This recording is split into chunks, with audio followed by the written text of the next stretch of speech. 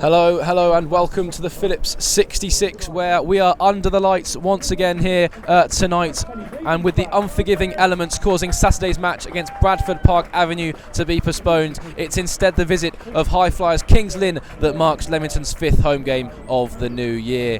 The Breaks are searching for back-to-back home league wins this evening for the first time since August, following their narrow 1-0 victory over Southport here a fortnight ago. It's no secret that Kings Lynn have been in and around the top of the table for the majority of the season. The visitors have lost just 2 times on the road in the league this season to Chester and York, coincidentally. So Leamington will need to be at their best tonight if they want to capitalise on momentum generated from last Saturday's victory here against Southport and make the most of a dip in form to scalp on one of the league's leading sides. So alongside me for this one tonight is Shaun Cashmore. Shaun, thank you very much for joining me. So first we're just going to touch on Kings Lynn's success story this season. What has been the secret to their achievements this season? I think without automatically turning to the obvious of Adam Merritt's goals, you look at Ian Culverhouse, the manager, a man who's been assistant manager at Norwich and Villa at the last 10 years, and in the early 90s played nearly 300 games for Norwich. So I think that's going to be key to some of the experience they've drawn on this season. Now it's Kings Lynn with some defending to do after Leamington have just weathered an early storm from the second place side in the National League North, as Parker dinks in his corner kicks, met by the head of, I think it was Edwards there, off the post. Early danger signs from Leamington, early menace as they strike Alex Street's left-hand post. It was a great leap. He just got the better of his man at the far post, and that wouldn't have been a bad way to start. So against all the pre-match odds, it's Leamington who have come closest to opening the scoring here at the Phillips 66. And for Leamington then, it will be their second corner of the game inside the first opening 8 minutes, which have flown by here at the Phillips 66. Very entertaining opening affairs here at Leamington as Maycock receives a short corner on the edge of the penalty area. Works back to Morley, who will shape to hit one, and it had Street straggling, but Street managed to make the save. Seemed to move all over the place there, Shaun, as Street made the save look a bit more difficult than it should have been. It's a strange save because we know Morley can hit them, but it didn't seem to be in the corners. It was sort of straight at the keeper, but I think maybe just through a cluster of bodies.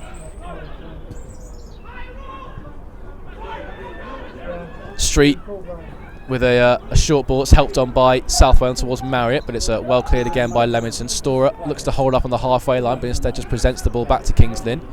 Jones heads on towards the right hand side, flicked on by Southwell. Marriott can pick it up just on the boundary of the Leamington back line. Marriott, neat footwork from him. There's the strike, just inches wide of that far right hand post of Lewis Williams, but Adam Marriott once again proving a menace, and it was whiskers wide of Williams' right hand post.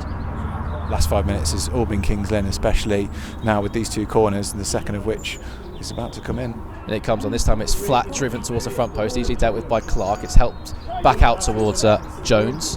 Jones this time with a long ball towards the back post, over the head of Jack Lane, picked up by Marriott, back to goal, turns well and retreats.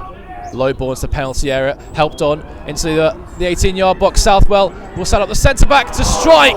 It was Tom Ward, who's been at the heart of that Kings Lynn back three all evening, but he struck it wide of Williams' right-hand post, Shaun. Yeah, I think it's almost the one play that you don't want it to fall to. It almost became a sort of who's going to hit it. There was 3 or 4 passes inside the penalty area where you thought one of them will have the shot, but they laid it to the man in space who didn't find the back of the net.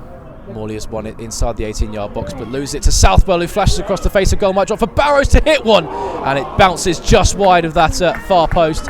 Struck into the ground on the half volley by Barrows, and it just skewered wide of that far post.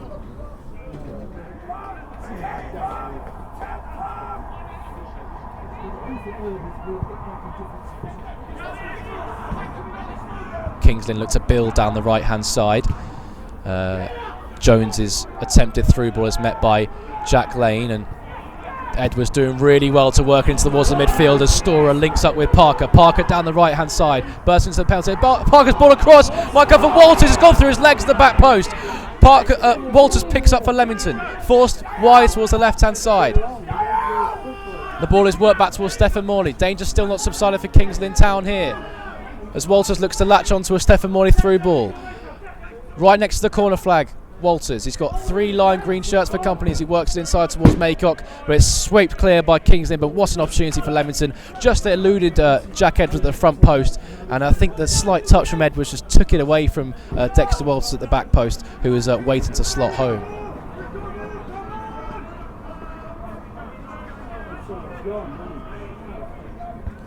Edwards flicks inside. Storer will give chase. Nodded on by Macaulay to his fullback Barrows. Here's Payne now. Long searching ball towards Gash, who does well to chest it down and strike towards goal, but it was tame in the end and easy for Williams to gather, just crouching down to gather it into his chest. Brought it down really well though, Gash. Dangerous opportunity if he'd managed to get the shot away a bit better than he did.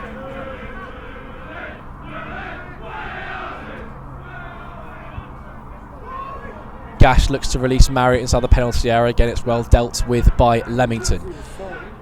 Hooked ball out towards the left-hand side is held up by Barrows. Henderson with a searching ball looking for Marriott up towards the left touchline. Works it onto his right foot. Here's Payne. Left-footed ball into the penalty area. Gash has brought it down really well and strikes over the crossbar.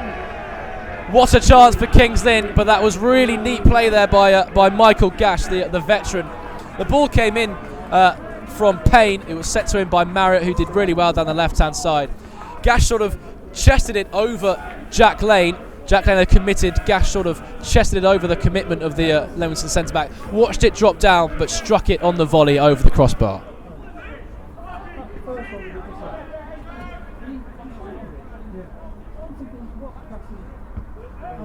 As Edwards flicks it in towards the feet of Storer. Muscle out of it though by Chris Smith. He's hunted the ball down well. Macaulay's clearance straight into the midriff of Storer, who's looking to work it out wide towards Taylor, and it has done. Taylor level with the edge of the penalty area. His attempted cross is deflected and spins fortuitously for Barrows to work it up the field towards Hawkins. Hawkins sends a searching ball towards Marriott, who's peeled away down the right hand side into the penalty area, looking to take on Lane. Marriott with a snapshot, brilliant block by Jack Lane. Still not cleared by Leamington as a shot comes in from Marriott, deflected behind for a Kings Lynn corner. And again, how many times have we said that this evening? Jack Lane throwing his body on the line for the breaks.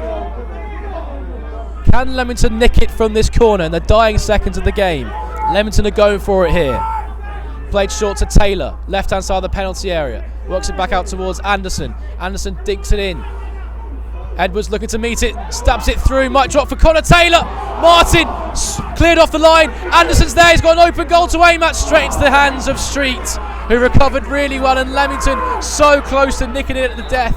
What an opportunity for Leamington to win it in the dying seconds. Wow, I think there was a lot of people then that thought that was the moment, but I think it was a really good save from the Kings Lynn keeper at his near post. And then as the ball came out to Cayman Anderson on the edge of the box, he did have the whole goal to aim at, but the keeper was up quickly and the angle quickly narrowed down on him as Kings Lynn are searching. Meanwhile, down the other end, as it's tapped out wide towards Jones. Not long left now, surely. Time is up by my watch as Jones has it in the right Leamington corner. The referee, play will continue as it's slammed clear by the Leamington back line. Macaulay meets it with his head. There's Anderson back there for Leamington. And there's the final whistle. And it's a really, really well-earned point by Leamington against the promotion chasers Kings Lynn, as they've held the team that, well, have been at the top of the National League North for the majority of the season. And it's Kings Lynn who can't capitalise on York City's loss to Hereford. Well, Leamington even had the chance to win it at the end and striking the post in the first half. And Leamington really have put Kings Lynn through their paces tonight. It's been a really entertaining affair here that's finished in a stalemate, neither side able to find the winner. It's finished here, Leamington 0, Kings Lynn Town 0. So Paul, a great point out there against second in the league, Kings Lynn. Your thoughts? Yeah, I really can't see anything past them being champions. Really, they get around and watch a lot of football, and I don't think there's a better part-time football club in the country. I really don't. And that probably speaks volumes for our performance tonight, because it wasn't like one where we sat on the edge of our box and defended for long periods and tried to nullify the game. We tried to be brave, we tried to go up against them, and I think sometimes as players, and for a club, you've got to. We had a tough night over there earlier on in the season. I think it was 5-1, 5-2. But tonight was, from our point of view, a really, really good compact performance. You've got to be really compact against them, because the way they play through, how many players they commit forward, and how quick and sharp and bright their football is, especially when you've got Henderson and Marriott dropping in and rotating like they do. But I thought we dealt with it really well. Probably probably the best. You'd probably have to say the best chance probably was probably ours with the inside of the post.